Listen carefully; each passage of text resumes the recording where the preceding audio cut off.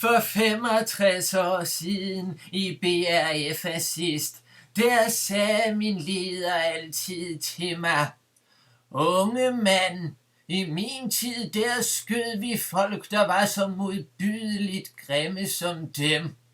Husk, at du forsvarer de centrale kerneværdier for den danske familie, fædrelandet og racerenhed.